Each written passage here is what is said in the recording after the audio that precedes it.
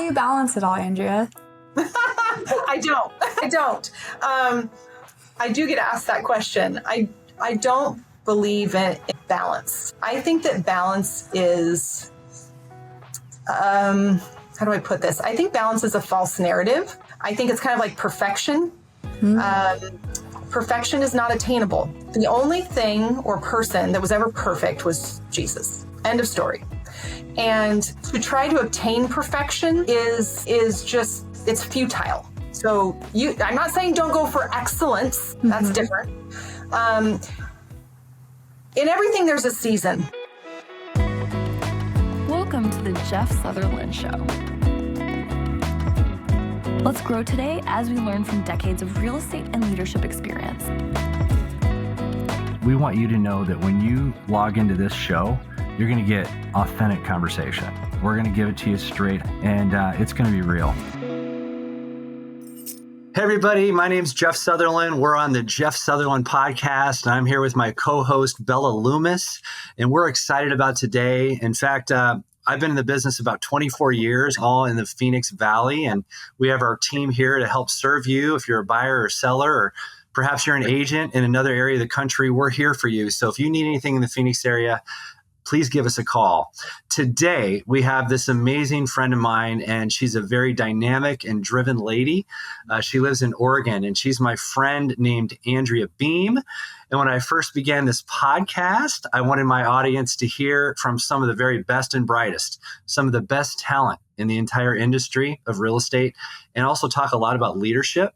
And once again, I'm not going to disappoint you. I keep bringing in some of the best. And today we're going to get to know Andrea.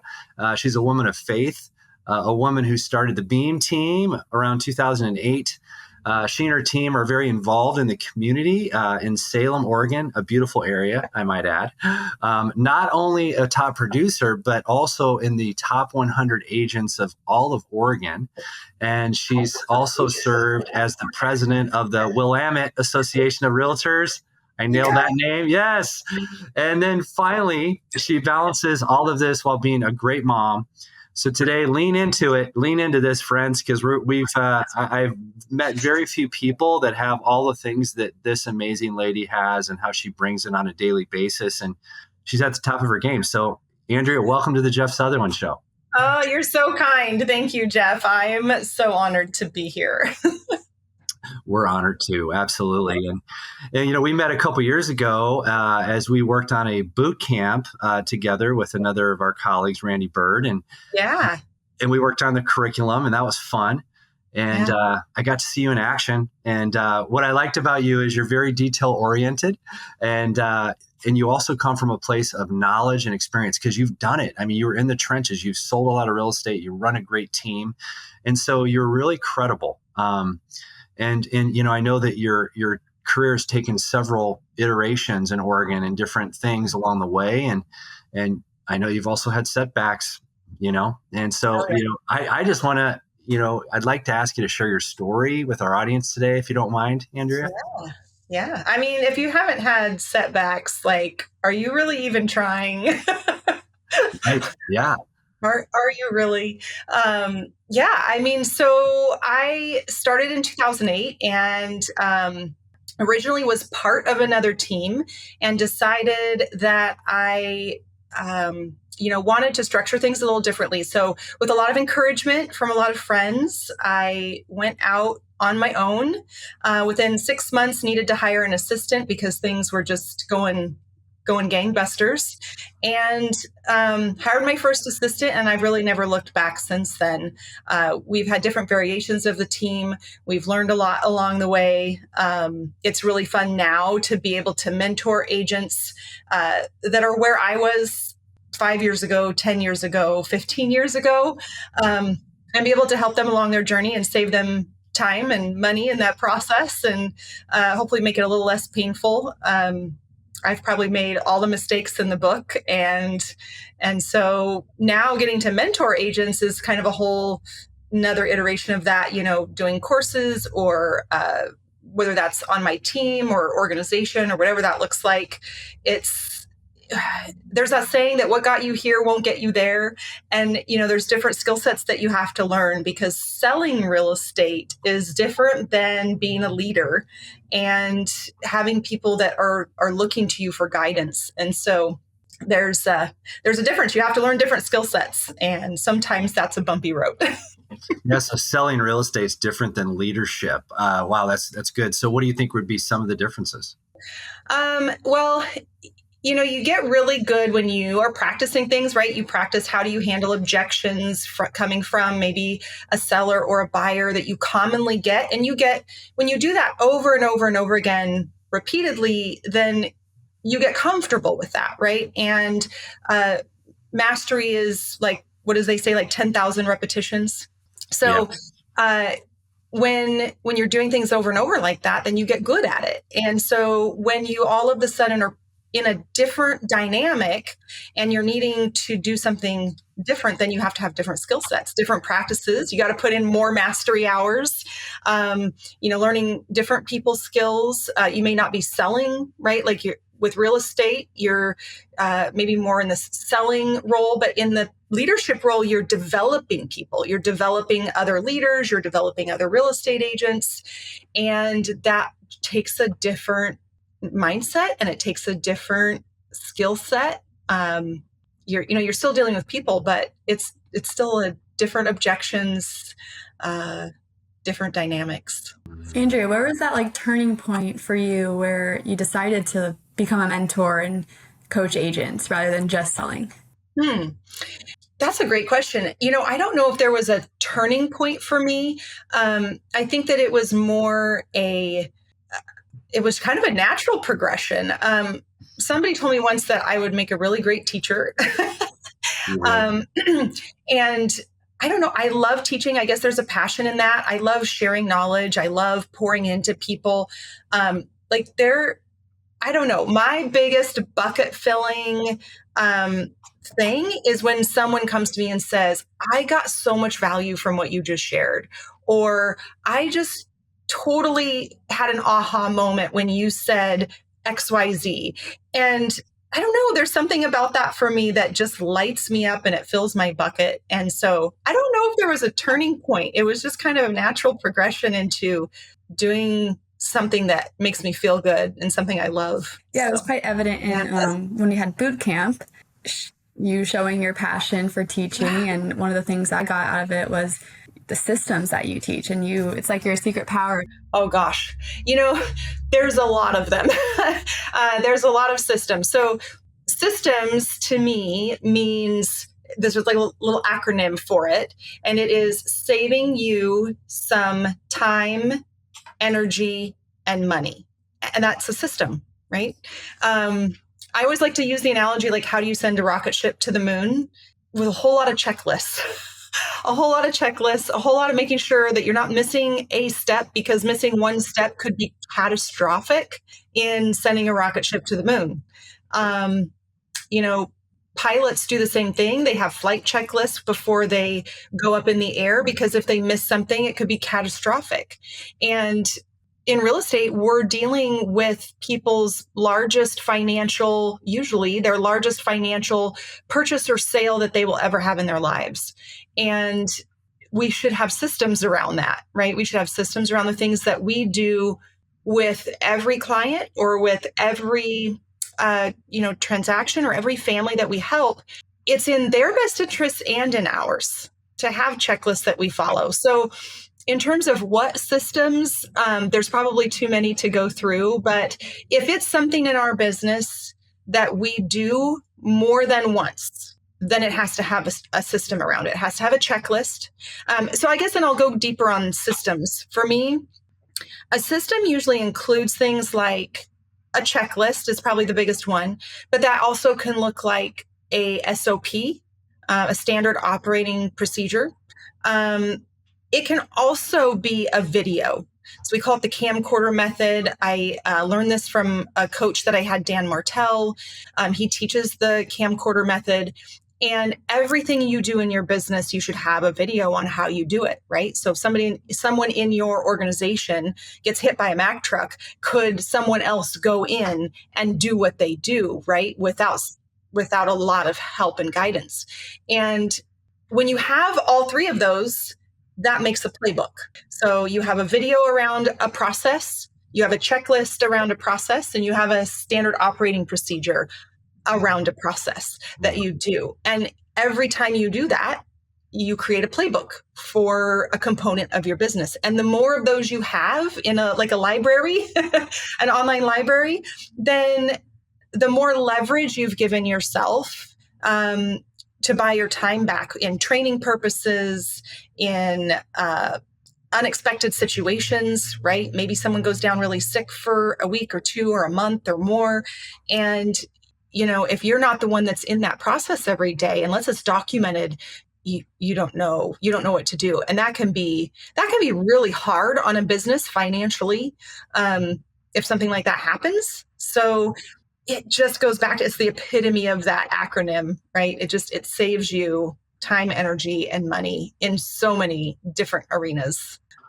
You're dropping gold right now. I love it. So checklists, SOPs, and videos. And can you repeat the acronym? So systems. Can you walk through that one more time?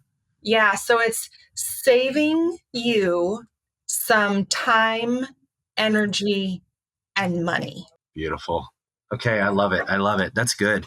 And it's so true about video. I have this one system called Loom, and I pay money every year. It's a nominal amount of money, and every single training that I do, I'm putting those videos into my Loom account. And it's so easier to mentor agents, because I kind of think of a system like you said. If it touches my desk twice, the same issue or same concern, I don't have a good system for it. Exactly. Yeah. Exactly. Yeah. Now, regarding your growth, I'm an observer, right? I'm always observing people, and what are they doing? What are they up to? And it seems like you've kind of doubled down on your growth this year. I don't know what's happened to you, my friend, but I like it. And I've been seeing you taking chances, taking calculative risks. You're putting yourself in uncomfortable environments. Oh yeah. You're putting yourself in discomfort because there's no growth in comfort. Right. And so tell us about what's going on in your head, your heart, your journey over the last year. What's happening? Oh, there's so many directions I can go with this question. I love this question. A great leader told me once that if you're not growing, then you're dying. There's no middle ground, right? Like either you're growing or you're dying. Like there's nothing, because standing still is still dying. Right? Because you're slowly dying. So I know it sounds like a dramatic statement, but it is something that I have had as probably the core of my belief system is I've got to keep growing. And sometimes that's more painful than other times. And, sometimes you feel like you're walking through molasses, and other times you feel like you are on a treadmill going 100 miles an hour. And we all have a season in our life. It's funny that you observed that this year. So not that many months ago, there was a quote that I heard that really propelled me forward. And that quote is talking about how most goals that are not attained by people are because we want to be the person who has done the thing, not the person who is doing the thing. So it's ego-based? Mm-hmm. Sure. Yeah. Ego-based, or, we procrastinate or we give excuses on why we haven't done the thing yet. And I can think of a lot of things that I've procrastinated on, or a lot of things that I want to do that. I'm going to be that. I'm going to accomplish that. And I have probably 100 of those things. I have no problem setting goals and things I want to attain. But the reality is, when I heard that quote, I don't know, it hit me like a ton of bricks, and it really just settled in my soul. And so there's been some very intentional moves to get out of that mindset that I want to be the person doing those things. You can't ever reach those things if you're not doing what's required and what's necessary. I think that's why people a lot of times also talk about a stated goal versus a real goal, I can state any goal, realistic or not. I can say, yeah, I want to make $10 million tomorrow. And the reality is if you back that up and say, well, but am I willing to do the thing that's required to be able to do that? Or is that realistic? And so I think people have to start separating out what's real and attainable versus what's stated. It's two very different mentalities around goal attainment. That's an interesting concept, right? Because you hear a lot of people that think really big, and they state incredibly big goals. They write them down, right? Yeah. But well, we hear that all the time, right? Write down your BHAG, your big, hairy, audacious goal. And don't get me wrong, I love big goals. I'm a big thinker. I love thinking big. Sometimes I don't always know the path to get there. Thinking big is fantastic, but I think what people miss is the path from here to there. And what do you have to commit to doing? What are the actions that you have to commit to taking to obtain that? And oftentimes when people get real with the actions, then we start backtracking, right? We start backstepping. Well, I mean, I wanted that thing, but this is getting in the way, but that's getting in the way, but this happened, right? And when we set intention around a goal, the first thing that's going to show up is usually distraction or chaos or surprise things. And it's inevitable, right? You set an intention, distraction will follow. So I had a life-changing experience once when I went to a platform called Clemmer and Associates. This is a gentleman named Brian Clemmer. He's no longer with us. He's in heaven. But he believed in a saying that he said, when the intention is clear, the mechanism will appear. And he believed 100% that if you want to get anything in life, you need to have a very strong intention. And the mechanism will show up, because if how-tos were enough, we'd all be skinny, rich, and happy, right? Because there's a book about how to get skinny, rich, and happy, right? If we all read these books, that's what we would be. But why aren't we? So his whole point is that if you're not achieving your goal, your intention is not strong enough. And it really kind of hit me. And I've always kind of questioned, how badly do I want it? And I'm not minimizing that things come up, things happen, the mechanisms and the how-tos are important. There's no doubt. But his whole premise is that there's two ways to get to a goal. There's intention and there's action. And he believed that it's all about intention. What do you think about that, Andrea? I 150% agree with intention. And I think even to go a layer deeper than the intention, it's also our belief around expectation, because our intention can be to earn a certain amount of money, right? By the end of the year, our intention can be, we want to earn 100,000, 500,000, 1 million, 10 million, whatever that number is. And yet our expectation that we set around that can be even more powerful than our statement, than our goal, than our feeling. Because we can want something, but our expectation is that it isn't going to happen, right? I want to have a goal of $10 million this year. My expectation is such that I'm not going to hit that. I'm not ever going to make that. And so expectation is, I think, more powerful than, it's right up there with belief and faith. And it's a strong influencer in what we do and don't do, because our expectation is either favorable or unfavorable. There was somebody that gave an example of this the other day. Like when you're a little kid and it's Christmas time and you're all excited for presents in the morning, right? You have anticipation, you have excitement, because your expectation is that I'm going to get presents, I'm going to get something in the morning. And on the flip side of that, when our expectation is around something that's unfavorable, I don't know, maybe going to the dentist, something like that. Our expectation, it's an unfavorable outcome. And so our expectation then causes anxiety. And so I think we have to be really attuned, really aware of what our expectation is of a goal that we're setting. Um, because we can self sabotage ourselves so quickly with expectation. Um, and that expectation is set by you and I have talked a lot about in our trainings. I call it point far. I think you had another name for it, where your programming affects your actions, Hmm. or it affects your feelings affects your actions, right? Yes. Your actions affect your results, and then it all starts back over again. Yep. And that programming that's leading to your beliefs is what's creating those expectations that you have around an outcome. And boy, I don't even know, we went down a rabbit hole here, Jeff, but Yeah, I see. This is cool stuff right here. I love talking leadership with you. I call it sunglasses. I learned that again through Brian Clemmer and his work that I did with his organization.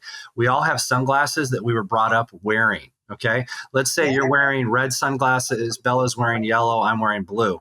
Everything I see in the world is through my blue lens, right? Everything you guys see is through your colored lens. So yeah, that's the programming that we've been given since we were a child, and it also basically affects our thinking. We have very limited thinking around certain things. mhm, And so we come into these situations and we have these limits we put on ourselves. The other thing you talked about was belief. Belief is everything, in my yeah, opinion. Like, especially in our business, you see so many realtors out there, and I think they have like one toe in it and another toe out, and they have this contingency plan, Andrea. So if they don't succeed in real estate, they know that they're going to be okay, or perhaps their husband or wife have a great job and they're getting paid on a W-2. So if they can't make it in real estate, they've got something to fall back on. But I would argue that if you really want to go get something big and create something big, you have to have a burn the boats philosophy. You got to yeah, believe in your heart. There is no other option, zero out there. You have to succeed. And when you have that kind of mentality, you'll win, because at the end of the day, it's all up to you. And there's nobody else to blame. And that is freedom. Freedom is when you know that you control your circumstance, you control the future. No one else does. I mean, what do you think of that? yeah. Burn the ships, baby. Totally. Totally. Well, Oh cool. Yeah, my this is good stuff. We could talk about that all day. But gosh. so if you had to build a team right now in today's environment, what would Yeah. you do? It's been a lot different, right? I mean, this Mhm. business is changing. How would you do things differently? Would Yeah. you even build a team at all? Mhm. What do you love about what's going on in our industry? Or maybe if something you could change, what would it be? A lot there too. Yeah, that's a lot to unpack. Yeah. Um, I think it depends on what you're after.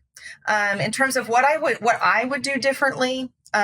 First of all, would I do it again? Absolutely, 100%. And the reason I would do it again is because I I am a leader, I am a mentor, and I am a business owner, and even now I'm still separating the mentality um, of having a job versus being a leader versus being an entrepreneur versus being a communicator versus being a connector.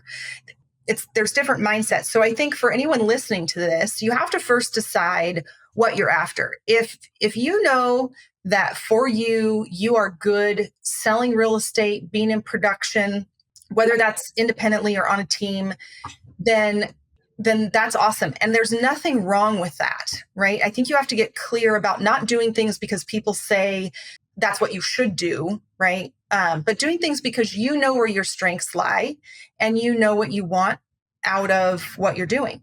So being an individual agent on independently or on a team, nothing wrong with that. If you want more, what I would have done differently, I would have hired I would have hired an executive assistant first. My path was I hired a buyer's agent first, and then another agent, and then an assistant in my first iteration of my team, of my business. And the reason I say I would do that differently, if I were to do that over again, would be when you bring on another agent, you get so excited. I want to have a team. I want to build a business. And what happens is you bring in a buyer's agent thinking that's going to give you leverage. I'm going to get some of my time back. in reality, what happens is you don't. You actually end up adding more to your plate because you are now going to be doing paperwork for the agents that you're bringing in. So you've just added more to your daily demands, right? And you're still to keep up your production. And now you don't have an assistant, they don't have an assistant. And because you're the team leader, guess who that lands on, right? That's right. So I would definitely hire an assistant first, get your systems under control, get your paperwork under control, hiring someone that can help you build those systems out as you grow. And then you go get the agent. Then you go get the buyer's agent or a showing assistant. But I would definitely, that's one little component about what I would do differently. There's lots of things I could change knowing what I know now. But just starting out and just starting to build, and you have to decide, right? Like you have to make a decision that you want to be a business owner, because when you are in real estate, you can get into this position of now you just have a glorified job, right? I'm trying to think of another way to maybe say that. Yep. You're burning more hours, more time, making less money all of a sudden. You're like, wait, I was growing a business because I wanted to make more money. And you can find yourself in a spiral really quickly, right? Or in a vortex you didn't want to be in. And a lot of that has to do with your mindset around your growth and what the end result is that you're looking for. So if you're looking to grow a team, that's one mistake I feel like I made that I would definitely change if I were to do it again. And that's how I would talk someone through trying to grow a team and what they should do first. So this is good stuff. This is like team building 101 stuff. We have agents around the country that listen to this that are considering joining a team. And you and I know you're not alone in the mistake that you've mentioned about not hiring an assistant first. You know, if we really unpack that, Andrea, and we thought about, okay, why do people not hire an assistant first? I would argue there's some limited thinking around that too. They start thinking, well, I can't afford an assistant, or now I'm responsible to pay an assistant. So there's scarcity around money. Instead of thinking abundantly that assistant can double or triple their business, they come from scarcity and they're afraid that they won't be able to pay them. And there's a lot of things that keep us from doing that. Not to mention, if you don't hire an assistant, you're not going to have these systems that we're talking about earlier. And that's part of the value proposition, right, that you would offer as a team leader. So we both coach people, and we've learned now, you know, there's certain behavioral profiles that we're looking for when we hire an assistant, you know. And so I hope that what Andrea is talking about today resonates with people, because even if you just did that, that's probably one of the biggest mistakes I've heard throughout the years is people wait too long to hire their first assistant, and they waste so much money. And they could have had so much for free. Right? It's scary to do something for the first time, and it's scary to commit to having a salary. All of a sudden, it's not just you're responsible for. You have another human being that you're responsible for, that you're partnering with, right? So there's definitely scariness around that. I had a huge hesitation around that when I went out on my own, and I couldn't get over that hang up for a while until I had some really good friends around me, right? A really good tribe around me that said, Andrea, like, you're only holding yourself back. You got to make the jump. You got to do this. And once I hired that assistant, it was life-changing. So Absolutely. It's hard to make the leap. It is. It's a huge pivot. It's a huge leap in any agent's progression in their career. You talked about inner circle just now, your tribe. That's huge. We got to surround ourselves with other people that are going to push us, that have gone before us, you know? Yeah. And I heard recently that any professional is really a successful person is a professional modeler. You know, we model others. I maybe don't even think of it like a tribe. I know tribe is kind of an overused word, I think, right now. Think of it like a board of directors. You are a business, and you need a board of directors of people that you trust to pour into you, to pour into your business, to bounce ideas off of. And that might be 2 people. It might be 5 people. Just kind of depends on your circle and your group of people. And someone that can pour into you around finances, someone that can pour into you around leadership, someone that can pour into you around systems and structures, or anything, right? Like, and someone that's, you just said it, the key word, modeling. Someone who's doing what you want to obtain and they're doing it well. They're doing it really well. And someone that you trust to not be a yes man, right, in your corner, that is going to say, you know what? I don't know. I think you got a blind spot around this. I think you need to take a deeper look, or I think you might need to switch this up, or I don't know if you're doing that right. And they can't be afraid to just want to fan your ego. They've got to be willing to speak truth into you. Yeah, that's so good. And we have to bring these people in. It can be a little scary, but if you don't, you're just going to be in stasis mode, like you talked about earlier, and that's dying, right? Yeah. You're either growing or you're dying. So along all those lines, gosh, there's so much here we could talk about. We could do this all day. This is so good. Let's talk about the latest thing, the latest project you've had, I've seen you do, which is your monthly leadership series. Yeah. Man, that's some good content, Andrea. Tell us about what's going on in that and how's that growing and where are you taking that project? Well, so we've done actually two different ones. So there's a kind of a monthly webinar series we've done. We've brought in speakers from all over the world. It's been amazing. The amount of content and the amount of mic drop moments has been unreal. And we've brought in people on so many different topics, whether it's around money or it's around building your brand or it's around tax strategy. I mean, everybody has a niche, right? And so that series, I think that you're talking about, has been all about providing value to people and helping them in their businesses. And even outside of real estate, right? We've gotten into helping other entrepreneurs, business owners. And then we also started something called Momentum Monday, which is a Zoom group coaching call, essentially, that we do every Monday. We occasionally do bring in special speakers for that as well. But it's a little more like, I don't know. I guess maybe I'd call it like a little more fire and brimstone. It's not for the faint of heart. I will tell you that. It's a group that's meant for accountability. It's a group meant for training. It's a group where we help each other in areas that we're struggling. We have masterminds, we do hot seats, and that has really taken off. And, right now we have it open to the public. Anybody that wants to come can come. Our intention as we grow it out, though, is that it will become a membership platform. So eventually that is where we will end up with it. And for right now, we're just enjoying growing the base and seeing it flourish, and it will grow into a membership platform. I love it. Is that over Zoom or is it in person? Mm-hmm. It's over Zoom. So anybody, anywhere in the world can come. All right. And how can I get to that? How do they get to that information? Probably the best way would be just to reach out to me so we can send you the Zoom link.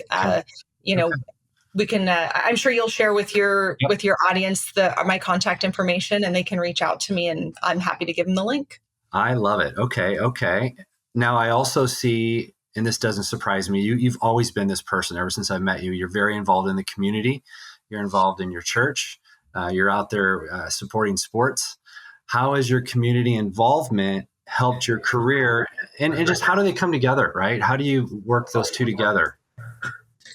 So community involvement was also kind of something that came natural because as my boys were growing up, of course, they were involved in a lot of sports, football, wrestling, baseball, and I wanted to be involved in their life. And a lot of times that meant, volunteering for their stuff. It's probably one of the things I'm going to miss hugely when my youngest graduates here in a few months. And my business has been hugely impacted by that. People often ask me, gosh, how do you get business, right? And there's 100 answers you could give to that. But one of the answers would be giving back first without an expectation of anything in return. Mm-hmm. And a lot of my business has come from my volunteer reach outs, my volunteer time spent, whether that was helping with the school, the Rocky Mountain Elk Foundation, with sporting events, with local community events. There's local faith-based nonprofit organizations that we've done some work with as well. And you're doing it not expecting anything in return. You're doing it because it's number one, it's the right thing to do. And number two, it's what Jesus would do, right? Right. And so being involved, I think, is an essential component of any business, any person. So I don't know if that really answers your question, but No, I just love your servant heart. I think as a leader, you need to serve, and it's the whole giver's gain thing, right? And you do it without asking for anything in return. You can tell those leaders that are doing that, and they're just doing it because it's in their heart, Mhm. And I've always just admired that in you so much. Thank you. Thank you. Yeah, it's fun too. I mean, you get to have fun while you're doing it. You're painting a sign of a building. You get to goof off with your friends, your coworkers, have fun, and I don't know, it's a blessing all the way around. Totally. That's amazing. How do you balance it all, Andrea? I don't. I don't. I do get asked that question. I don't believe in balance. I think that balance is, how do I put this? I think balance is a false narrative. I think it's kind of like perfection. Perfection is not attainable. The only thing or person that was ever perfect was Jesus. End of story. And to try to obtain perfection is just, it's futile. So I'm not saying don't go for excellence. That's different. In everything, there's a season. And if you think of like a straight line, and you have, and I'll just use two things, right? Like a lot of people say like work-life balance. Let's say you have work over here and you have life over here. If you're all in on work, I think work, I said this side. If you're all in on work, then you're automatically out of balance because then you're not over here on the family side. And if you're over here on the family side, then you're out of balance because you're not over here on the work side, right? And so this belief that you can have work-life balance, I don't think it's a good thing to try to attain to. I think that you have times of focus. You have seasons, right? You have periods of focus where you're really focusing in on a project at work or growing something in your business. And you have periods of time where and this can even happen, you guys, in the course of a day, right? Yep. I'm not even talking like weeks or months. Like you don't want to go check out on your family for months on end and I'll be back in a few months. I got this project I got to focus on, right? Like I'm talking about this could even be within hours within a day. When you're at work, you are focused in on your on your activities. And when you're at home, then you're focused in on your kids or your spouse or your family or your friends. And so I look at it more like seasons of focus instead of balance. So I probably am one of these weird people that has a very different view on work-life balance because I don't think it's fair to set people up for that because then they always feel like they're failing. Yeah. I could not agree more, by the way. I think the whole concept of work-life balance is hogwash at many times, honestly, because you're going to go through a lot of times of imbalance. And yeah, you may have times of balance where you're slowing things down. But if you're in that constant state of work-life balance, let's say, I don't think you're pushing yourself hard enough. There's times where you're going to be in imbalance and it's going to be hard and it's just going to be a grind if you want to achieve to that next level. I just think it's something we've been taught for years, but I don't think it's reality. And I think that if you're in an imbalanced state for a long time, then that's a problem, right? We need to help people come out of that imbalanced state. But there are times where you just got to get after it. Mm-hmm. Yeah. 100%. Ditto. So, women play a lot of roles, right? We know you're a great family person. You have a wonderful family. And what kind of rhythms do you have in your business? Like what's a day and what's your morning like? We always say it's important to win the morning, right? What does that look like for you? Oh, I'm so glad you asked that. So recently, because of the quote that I shared with you earlier about being the person who's doing the thing, so you could be the person who's done the thing. My son and I committed to going to the gym. I want to be strong. I want to be fit. I want to be healthy. And for a long time, I've always had the excuse of, I've got work or I'm taking care of my mom. my kids were little and I had to go, do stuff for them. Your brain can create so many excuses. It's actually kind of crazy. Yeah. Especially when you're telling them to yourself, and until you tell them out loud to someone, then they don't sound so great. Like when you're telling your 17-year-old all your excuses and all of a sudden you're thinking, I don't know if this sounds as good as it did in my head, right? So my morning routine for the last couple of weeks has been getting up at 4:30. Oh, yeah. Leaving the house at 5, going to the gym for an hour, getting in strength training, calisthenics, hired a trainer.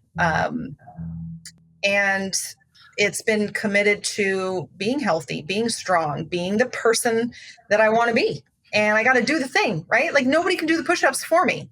So I don't know why I keep throwing excuses out there. Like it's time for me to do the push-ups. And what's funny is when you start keeping a commitment to yourself like that, for example, like going to the gym, I can think of a million other things. I'm just using this because this is me right now, is when you start keeping your commitment, mine is going to the gym, your confidence starts building. Yes. And it starts affecting other areas of your life. Yep. All of a sudden I'm paying close attention to what I'm eating. Okay, I'm not going to have that soda. I'm going to go get a glass of water. Okay, I'm not going to eat the hamburger. I'm going to go get my energy balls that I made last weekend, right? Like there's all of a sudden your willpower to make additional good decisions, domino effects. Mm-hmm. And so for me right now, this is good for me in my life, right? Like it's catapulting into so many other areas with this one decision to keep my word, not just to myself, but to my son. Wow. And I'm more unwilling to let him down than I am myself, right? Like I could not get up on a morning like, oh, the temptation is so real, but I'm not willing to let him down. Man, this is passionate stuff. This is stuff I try to live by. It's keeping your commitments. And what happens is if you don't keep your promises on a regular basis, you're chipping away your own integrity, right? And your own integrity is impacted and you see yourself in a lesser light. That's like when I, coach agents, and you and I both coach a lot of agents. I have them make declarations to the universe, and I make them make promises to their loved ones that when they hit that goal, they're going to do something for that loved one. Well, your chances of hitting that goal go way up. And instead of you just keeping that promise to yourself, you're making promises to those that you really care about and saying that when I achieve this goal, this is what I'm going to do for you. That totally makes it another game. It's another level at that point, So I agree with you. It's like when you keep commitments, you feel better about yourself and you just keep growing on that. Well said. Yeah. I love the compound effect too, Andrea. It's like the make your bed thing. You make your bed in the morning. It makes you want to do other things throughout the day that will help you be better. So I love that. Hashtag make your bed. Okay, listen, I'll be honest. I don't make my bed all the time. When I can't make my bed, Bella, because my dog gets up on my bed and he cozies in, like when I run to take a shower. And then when I get out, I'm like, I want to make my bed. And then he's curled up in there, so I don't always get to make my bed in the morning. I'm like, oh. Well, tell your dog to make the bed. I know. Yeah. Listen. I don't make my bed every day. I'm just saying. I'll admit it. But it's the idea. I love it. I do have the idea. It just doesn't always happen. A couple more questions as we head down the home stretch here, Andrea. So how does your faith impact who you are, how you lead on a day-to-day basis? You and I are both believers. Talk about, if you could, a little bit about how does that drive you? Every single part. It impacts every single part. A few years ago, I made the decision that I would make the number one value of my company that God is at the core. And I share that with people that are joining, that are partnering with us. I make sure that is very clear from the get-go. I don't want anyone to be blindsided. I don't expect people to believe the same way that I do, but I don't want anyone to feel blindsided when they come on my team. We will pray before team meetings. We pray over our clients.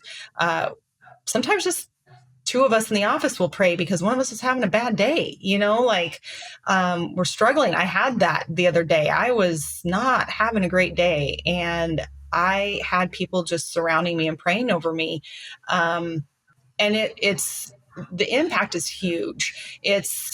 We're in a unique situation in real estate. We have a platform, and that platform is to really share the love of Jesus, in my opinion. And it doesn't mean I'm shoving it down people's throats, but it certainly gives us an opportunity to let people see that light shining through us. And there is a scripture verse that says, "Seek ye first the kingdom of God."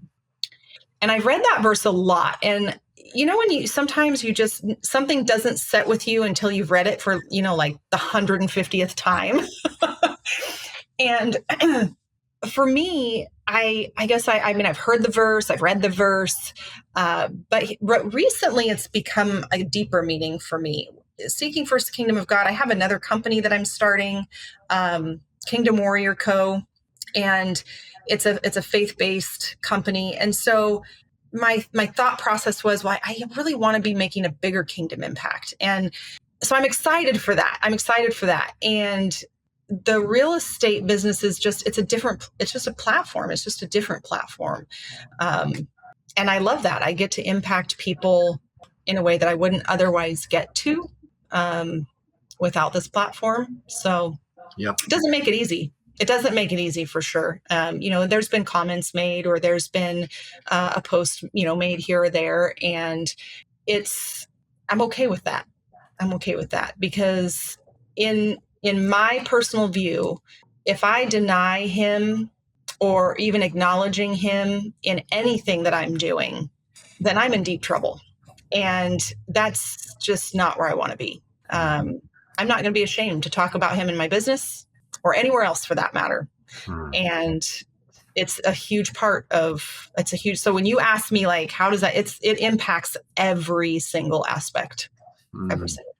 I so appreciate you saying that. It's about being a light to other people, right? And so we live in a sometimes very dark world. And if we can add some light and love, and it's a shame that I think sometimes Christian people are miscategorized. And some of them, quite honestly, don't do a good job with demonstrating that light. There's a lot of judgment, a lot of condemnation that we should not be doing. Yeah. We should be loving people. And the reality is, we're human, right? Again, we're not perfect. There is no perfect Christian. It doesn't exist. And in order to, I agree. I agree with you 100%. I think that sometimes people think that maybe we're supposed to be perfect, or that we think that we're perfect. And it could not be farther from the truth, right? I know my mistakes. I know where I've faltered and fallen, and I need Jesus. I need God. Yeah, and that's the thing, right? It's like, I'm a very imperfect person. That's why I need a savior. Yeah. So, boy, we could talk about that all day. But yes, we could. Yeah, we sure could. And thanks for just sharing your heart on that. And last thing, I guess, is, as you go into 25, Andrea, there's a lot of change going on in our industry. It's been a wild year. We've got a lot of new legislation that hit, NAR bringing down a lot of new things. And a lot of people are retooling right now. So, what's your next year look like for you? What are you planning to do? And, how's things going to change, in your world? Yeah. Well, I think the overarching theme is really being willing to be the person who's doing the thing, and doing the push-ups and putting in the work, and not procrastinating anymore, not making excuses, and to do the thing. Some more specifically, our goal is to expand into all of Oregon for our real estate company, and on the faith-based company is to get it fully launched. Courses, Bible studies, and a membership group there. Let's get all of those launched by 2025. So those would be more specifically our goals. So if you know anybody in Oregon that would be interested in partnering as a real estate agent, let me know. Yeah, this has been a great time with you today, Andrea. As we come down and the home stretch here, I want to let everybody know again, we've been interviewing Andrea Beem, and she's a real estate expert, and she operates the Beem team. It's such an easy thing to remember. The Beem team out of Oregon, and she's one of the preeminent leaders in this whole country when it comes to real estate. And I honestly hope you connect with her, and we'll be giving you information about her, and I'll ask her to share her info in a second. If you're an agent, send her referrals. If you're a buyer or seller, inquire. And then also, again, if you're an agent, if you want to check out the boot camp that Andrea and I did, you can go to my website, jeffsutherland.com, and just click on real estate training. And you literally will get 12 weeks of training that she, myself, and another gentleman, our friend, Randy Bird, did together. And it's awesome. I have people look at that video, that boot camp all the time. They absolutely love it. So, last thing, and if you could, Andrea, tell us the advice you'd give to an agent going into 2025, one word of advice, and then make sure you let everybody know how to get a hold of you. Not to sound like a broken record, but do the push-ups. Do the thing. Be a doer. Be a doer. Be willing to be the person that's doing the thing. Yeah. Quit making excuses and go do it. This is what I got out of today. So, yeah. Okay. So how can people reach out to you, Andrea? So the best way is through Instagram. I'm probably heaviest on Instagram. My personal page or profile is just my name. So it's Andrea_Beem. And it's 2 E's, not EA. B as in boy, EE, M as in Mary. And then our real estate page on Instagram is at the Oregon Home Hub. Not.com. I almost gave you the website. Yeah. At the Oregon Home Hub. See if I can say that 5 times fast. So that's the best way. Other than that, you can always shoot me an email. Also just my name, Andrea@AndreaBeem.com. Wow. I really hope you guys reach out to her. You got the Oregon and Phoenix connection. In fact, Andrea and I have shared referrals before. Yes. We love working with each other. We can help you in those states. And for that matter, we can help you anywhere in the country. We're well connected with our network. Reach out to us. We want to support you wherever you're at in your career. It's a blessing to have interviewed you today, my friend. And I hope you all can follow our podcast. It's really easy. The Jeff Sutherland Show on YouTube. And I hope today gave you a lot of value. So for Bella, Andrea, and I, we're signing out. Have a great, great day, everybody.